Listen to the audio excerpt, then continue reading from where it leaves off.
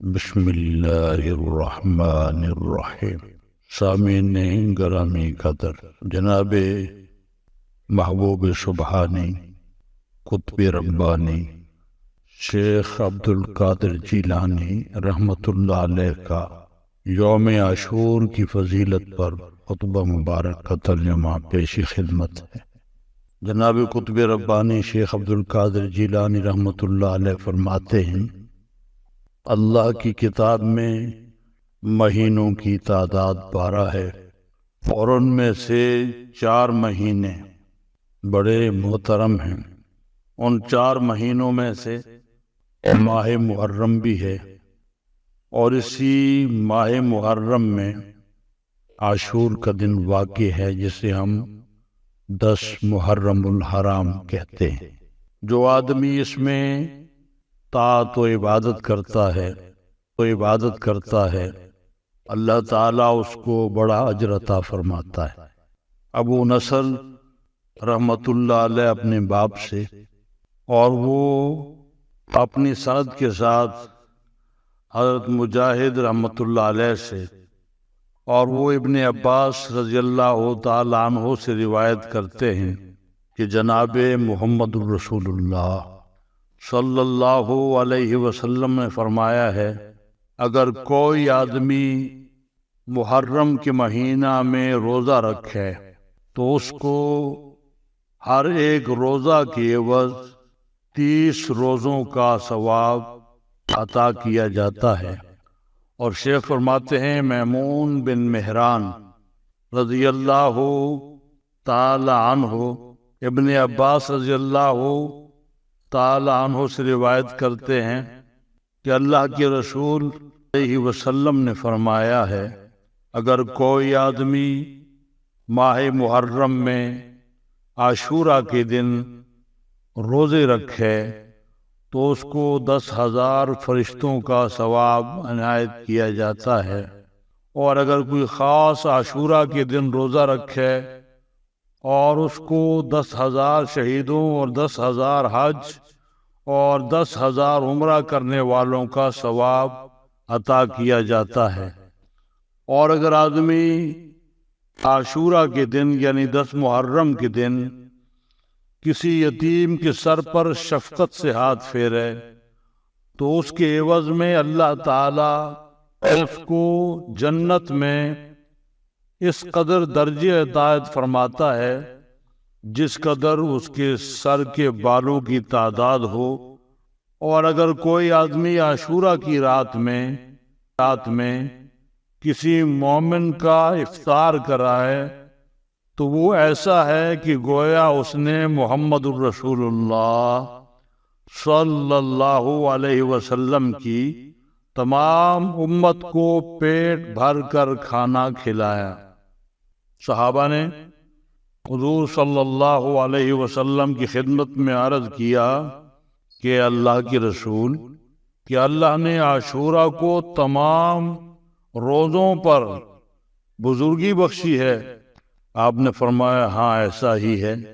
اس دن میں اللہ تعالیٰ نے آسمانوں کو پیدا کیا، پہاڑوں اور دریاؤں کو پیدا کیا، لوح و قلم کو اسی دن میں پیدا کیا، آدم علیہ السلام بھی اسی دن میں پیدا ہوئے، اور اسی دن میں ان کو جنت میں داخل کیا گیا، اور ابراہیم علیہ السلام ہوئی، اور آپ نے اسی دن اپنے فرزند کے عوض قربانی دی، اور عاشورہ کے دن ہی فرعون کو دریا میں غرق کیا گیا، اور موسیٰ علیہ السلام کی قوم کو نجات دی گئی، ایوب علیہ السلام کی بلا اور امتحان کو اسی دن خدا نے دور کیا، اور عاشورہ کے دن ہی اللہ رب العزت نے آدم علیہ السلام کی توبہ قبول فرمائی۔ اسی دن میں اللہ نے داؤد علیہ السلام کی خطائیں بخشی، اور اسی روز حضرت عیسیٰ علیہ السلام پیدا ہوئے، اور قیامت کا دن بھی عاشورہ کا دن ہی ہوگا، جیسے ابن عباس رضی اللہ تعالیٰ عنہ روایت کرتے ہیں کہ اللہ کے رسول مقبول صلی اللہ علیہ وسلم نے فرمایا کہ جو آدمی عاشورہ کے دن روزے رکھے اور رات کو جاگے شب بیداری کرے، اس کو اللہ رب العزت 60 سال کی عبادت کا ثواب عطا فرماتا ہے۔ اور جو کوئی عاشورہ کے دن صرف روزہ ہی رکھے اور اس کو 1000 شہید کا ثواب دیا جاتا ہے۔ اور ایک روایت میں یہ بھی آیا ہے کہ جو آدمی عاشورہ کے دن میں روزہ رکھتا ہے اس کو اس قدر ثواب عطا کیا جاتا ہے جتنا 7 آسمانوں کے لوگوں کو ملتا ہے۔ اور اگر کوئی آدمی عاشورہ کے دن کسی آدمی کو کھانا کھلائے تو وہ ایسا ہوتا ہے گویا محمد کریم صلی اللہ علیہ وسلم کی تمام امت کو پیٹ بھر کر کھانا کھلایا۔ اور جو عاشورہ کے روز کسی یتیم کے سر پر شفقت سے ہاتھ پھیرتا ہے اس کو اللہ تعالیٰ بہشت میں اس قدر درجہ عطا کرتا ہے جس قدر اس یتیم کے سر کے بال ہوتے ہیں۔ اور حضرت عمر فاروق رضی اللہ تعالی عنہ نے عرض کی ہے اللہ کے رسول، کیا خدا نے عاشورہ کے روز ہم لوگوں پر بڑا احسان اور فضل کیا ہے؟ جواب میں فرمایا ہاں ایسا ہی ہے۔ اس روز میں اللہ تعالیٰ نے آسمانوں اور زمین کو پیدا کیا ہے، تمام پہاڑوں اور ستاروں کو اسی روز میں پیدا کیا ہے، عرش اعظم اور کرسی اور لوح محفوظ کی پیدائش اسی روز میں ہوئی ہے، اور حضرت جبرائیل علیہ السلام اور دوسرے فرشتوں اور حضرت آدم علیہ السلام کو اسی دن میں اللہ تعالیٰ نے پیدا کیا۔ حضرت ابراہیم علیہ السلام کی پیدائش بھی عاشورہ کے دن میں ہوئی ہے، اور اسی دن میں اللہ تعالیٰ نے ان کو آگ سے نجات بخشی، اور اسی روز میں ابراہیم علیہ السلام نے اپنے فرزند کو اللہ کی راہ میں قربان کیا۔ فرعون کو عاشورہ کے دن میں ہی دریا میں غرق کیا گیا، اور اسی روز میں ایوب علیہ السلام کو مرض اور دکھ سے شفا عطا ہوئی۔ اسی میں عیسیٰ علیہ السلام پیدا ہوئے، اسی روز آدم علیہ السلام کی توبہ قبول کی گئی، عاشورہ کی روز ہی داؤد علیہ السلام کی خطائیں معاف کی گئیں۔ یہ دوسری روایت بھی سیم اسی طرح ہے۔ اور جب اللہ تعالیٰ نے سلیمان علیہ السلام کو ملک اور حکومت عطا کیا تو وہ بھی عاشورہ ہی کا روز تھا، اور عرش اعظم پر اسی دن میں اللہ تعالیٰ نے استواء اختیار کیا، اور عاشورہ کے روز ہی قیامت برپا ہوگی۔ اور پہل جب آسمان سے پانی برسا تو وہ عاشورہ کا روز ہی تھا، اور سب سے پہلے اللہ کی رحمت عاشورہ کے دن ہی میں زمین پر نازل ہوئی۔ اور اگر کوئی آدمی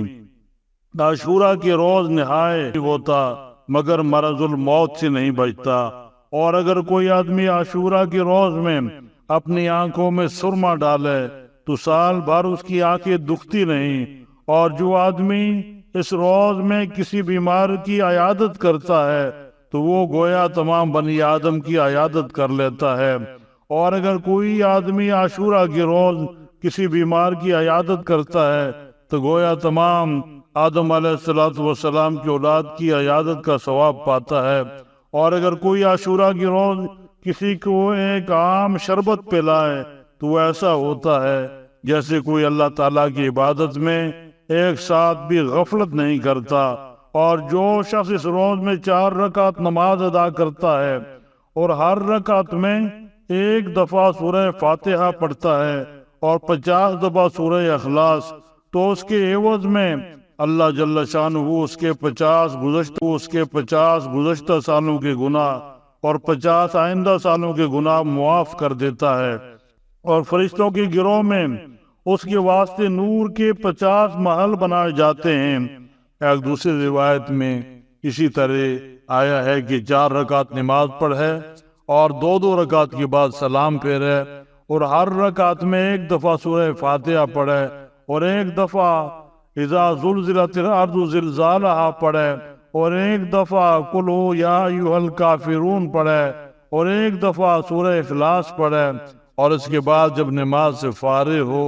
تو 70 دفعہ اللہ کے رسول جناب محمد رسول اللہ صلی اللہ علیہ وسلم پر درود و سلام بھیجے۔ ابو ہریرہ رضی اللہ تعالی عنہ راوی ہیں،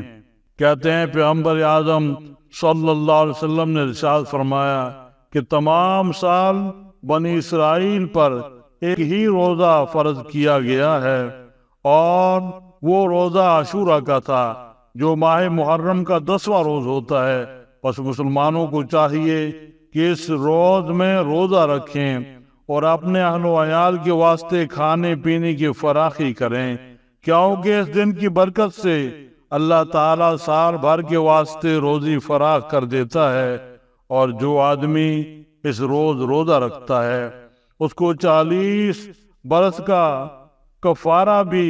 حاصل ہو جاتا ہے۔ اور اگر کوئی آدمی عاشورہ کی رات کو شب بیدار رہے اور صبح تک اللہ کی عبادت کرے تو وہ مرنے سے پہلے اپنی موت پر واقف ہو جاتا ہے۔ حضرت علی کرم اللہ وجہہ روایت کرتے ہیں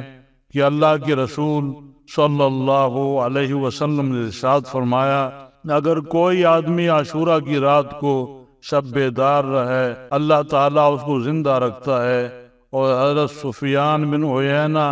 جعفر کوفی سے اور وہ حضرت ابراہیم بن محمد منتشر سے، جو بقول اپنے زمانہ کے لوگوں کے کوفہ کے بہتر لوگوں میں سے روایت کرتے ہیں کہ ہم کو یہ خبر ملی ہے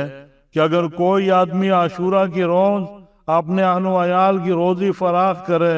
یعنی کھلا ان پر خرچ کرے، تو تمام سال ہی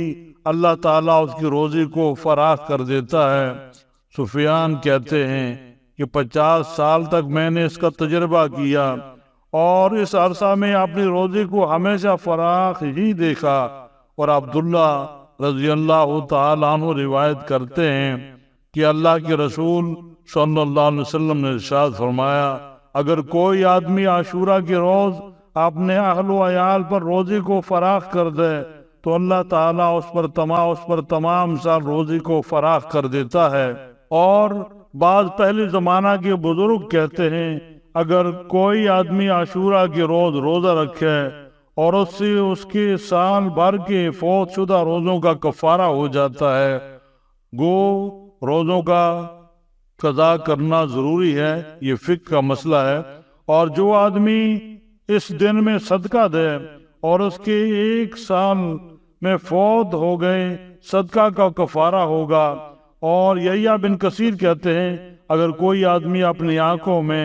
اس قسم کا سرما ڈالے کہ اس میں کستوری پڑی ہوئی ہو،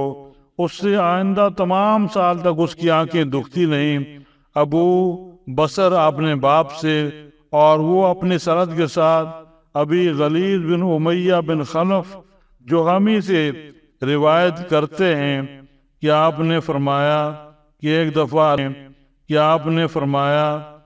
دفعہ اللہ کے رسول صلی اللہ علیہ وسلم نے میرے گھر میں ایک چڑیا دیکھی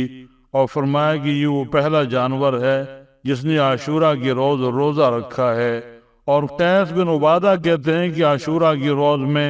وحشی جانور روزہ رکھتے ہیں۔ ابو ہریرہ رضی اللہ تعالیٰ عنہ سے روایت ہے کہ اللہ کے رسول صلی اللہ علیہ وسلم نے فرمایا رمضان کے بعد افضل روزے ماہ محرم کے ہیں، اور نماز فرض اور آدھی رات کی نماز کے بعد اور جس قدر نمازیں ہیں ان میں سے بہتر نماز وہ ہے جو عاشورہ کے روز پڑھی جائے۔ حضرت علی کرم اللہ وجہہ کہتے ہیں کہ اللہ تعالیٰ نے رسول اللہ صلی اللہ علیہ وسلم سے فرمایا کہ محرم اللہ تعالیٰ کا مہینہ ہے اور اس میں اللہ تعالیٰ نے ایک قوم کی توبہ قبول کی، اور جو آدمی اس مہینہ میں توبہ کرے توبہ قبول فرماتا ہے۔ ابن عباس رضی اللہ تعالیٰ عنہ راوی ہیں، کہتے ہیں رسول اللہ صلی اللہ علیہ وسلم نے ارشاد فرمایا اگر کوئی آدمی ماہ ذی الحجہ کی آخر دن کا اور ماہ محرم کے پہلے دن کا روزہ رکھے تو وہ ایسا ہے گویا اس نے گزشتہ سال کے تمام روزے رکھ لیے اور آئندہ سال کے روزوں کو شروع کیا۔ 50 سال کے واسطے اس کا اللہ تعالیٰ کفارہ گناہ کر دیتے ہیں۔ اور وہ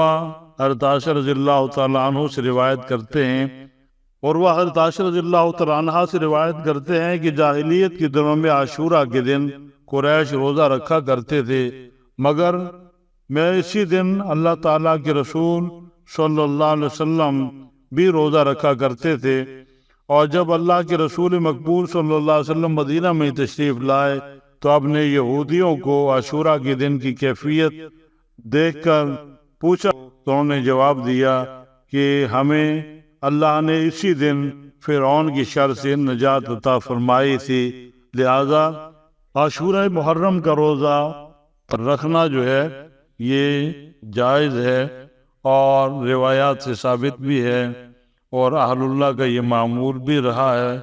اور محبوب سبحانی قطب ربانی شیخ عبد القادر جیلانی رحمۃ اللہ علیہ نے بھی اس پہ